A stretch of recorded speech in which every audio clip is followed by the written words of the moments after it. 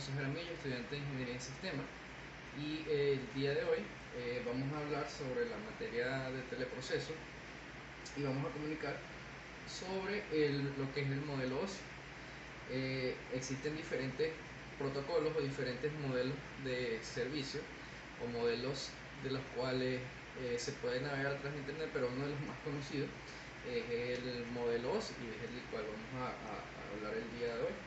El modelo OSI, como bien dice acá, es una normativa formada por 7 capas que define las diferentes fases por las que deben pasar o transitar los datos para viajar de un dispositivo a otro sobre una red de comunicación.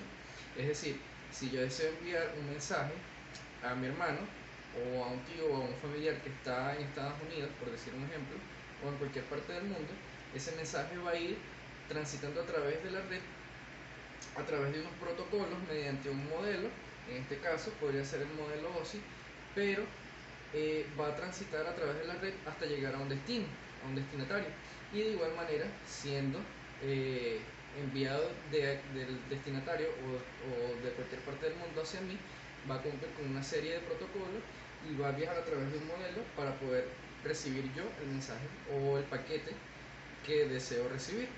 Esto teniendo en cuenta que son básicamente también de manera lógica lo que correspondería al envío de un paquete en tiempo real, es decir, una carta como tal y como la conocemos, que se realizaba en los años 1800, 1600 probablemente, pero en cuestiones de milisegundos a través de transportes de datos.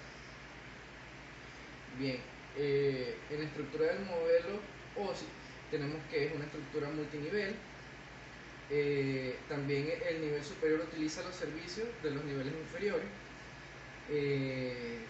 con los puntos de acceso, los access points, y también vemos la dependencia de niveles. Con la dependencia de niveles acá se refiere a que tanto depende la capa 2 del modelo OSI como corresponde la dependencia de la capa 5 del modelo OSI con la capa 1. Es decir, están completamente relacionados uno con otro hasta cumplir con la séptima capa, que es la capa final. Y sobre los encabezados, en la capa 1 o la capa física, tenemos que es el modelo de transferencia, o no el modelo, sino el, la aplicación con respecto a lo que donde viajan los paquetes que deseamos enviar. Por lo menos en este caso tenemos algunos, como por ejemplo lo que es el cable coaxial, que es el cable literalmente de cobre o de bronce por donde viajan los datos, que viajan a través de pulsos eléctricos que son reconocidos como códigos binarios, luego son traducidos a la red y terminan siendo realmente el paquete que enviamos. También existe la fibra óptica y también existe las radiofrecuencias. Cada uno existe con sus ventajas y sus desventajas, como por ejemplo el cable trenzado, que viene siendo el cable de cobre, o un patchcord cualquiera, como lo conocemos hoy en día, tal y como lo son los cables de red. Puede ser de categoría 5, 5E, 6, etcétera, etcétera. Estos tienen, a pesar de que son los más utilizados, los más comunes, estos tienen, cuando son de cobre, una limitante que pueden enviar paquetes a través de un máximo de 100 metros, y estos tienen que ser duplicados o potenciados a través de su camino para poder continuar con el viaje, a diferencia de como es el caso de la fibra óptica, que a pesar de que son más resistentes los de cable, los de cobre, entre comillas, el de fibra óptica, a pesar de que tiene una ventaja de que puede transmitir datos a través de un máximo de 1 kilómetro, a diferencia del cable de cobre, tiene también la desventaja de que son más sensibles, son más propensos a sufrir fracturas, porque la fibra tiende a ser más sensible que el cobre. Sin embargo, puede transmitir datos a mayor velocidad y a mayor distancia. Y también existen los enlaces a través de las microondas o radiofrecuencias, que dependiendo del modelo del radio o dependiendo de la cúpula del mismo, o dependiendo de la modulación a la cual ellos o con la cual manejen, ellos pudieran enviar datos inclusive hasta 10 kilómetros aproximadamente, dependiendo del fabricante, modelo. Pueden ser radio, Ubiquiti, MikroTik, solamente por nombrar algunos, pero pudieran ser muchos otros, que inclusive hay empresas que manejan su red a través de radiofrecuencia y les son muy útiles, así como también hay otros que manejan transportes de datos por fibra óptica y tienen su red totalmente cubierta a través de transportes de datos de fibra.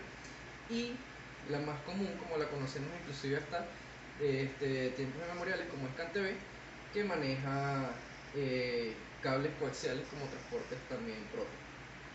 En la capa 2 o en la capa de enlace tenemos que es la capa que maneja las direcciones MAC de los dispositivos.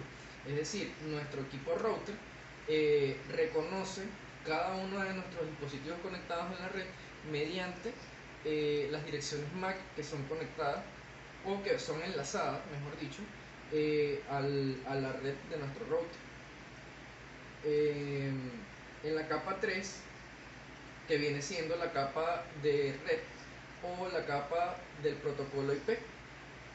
IP básicamente es Internet Protocol, traducido al inglés, pero es el protocolo mediante son conectados o nuestro router hace el enlace con nuestros dispositivos, con nuestros equipos. Entonces, así como son reconocidos por nuestra dirección MAC, al reconocerlo, les otorga unas direcciones IP con las cuales ellos van a recibir conexión mediante el router, o donde van a tener la comunicación entre uno y el otro. En la capa 4, en la capa de los transportes, básicamente el etiquetamiento de nuestros paquetes hacia la red mediante VLAN de gestiones. Entonces, una vez enviamos nuestro paquete y llega a nuestro router se encarga de enviarlo a diferentes saltos en la red, que pueden ser router de borde de nuestros proveedores de internet, y estos mediante la red del router de borde son etiquetados estos paquetes que fueron enviados con destino a cualquier destino. Podría ser YouTube, podría ser Google, pero son etiquetados hacia un destino en cuestión. En la capa 5 tenemos que es la capa de sesión. Básicamente es la capa en la que podemos tener conexión entre unos con otros en nuestra red interna. Es decir, dentro de nuestra misma red nosotros también podemos tener comunicación mediante la capa 5, que es la capa de sesión. En la capa 6 tenemos la capa de presentación. En la capa 7 tenemos la más importante, que es la capa de aplicación. Es decir, enviamos nuestro paquete a YouTube con destino a ver este video, que va a estar etiquetado en YouTube dentro de un momento. Luego, para poder recibir el paquete de vuelta a nuestro teléfono, porque ya fue enviado mediante las diferentes capas de la red, ahora para poder recibirlo, él tiene que utilizar la capa de sesión, que es la capa 7, para que nosotros podamos tener ese paquete de vuelta y así poder tener una respuesta, porque no solamente el protocolo de internet no es solamente enviar paquetes, sino también recibir. Y esto lo hace explicado mucho mejor en la capa 7, que es como tal la capa de aplicación. Y cada uno de ellos, ya para finalizar y para hacer un recuento de cada uno, ellos tienen un nombre que es el protocolo al cual pertenece cada una de las capas. En el caso de la capa 1 es la capa de los bits. Se manejan bits mediante la conexión o mediante la sesión que establecen diferentes access points. Ya puede ser mi router con el modem, o puede ser mi antena con el access point al cual pertenece el proveedor, y estas se comunican a través de bits.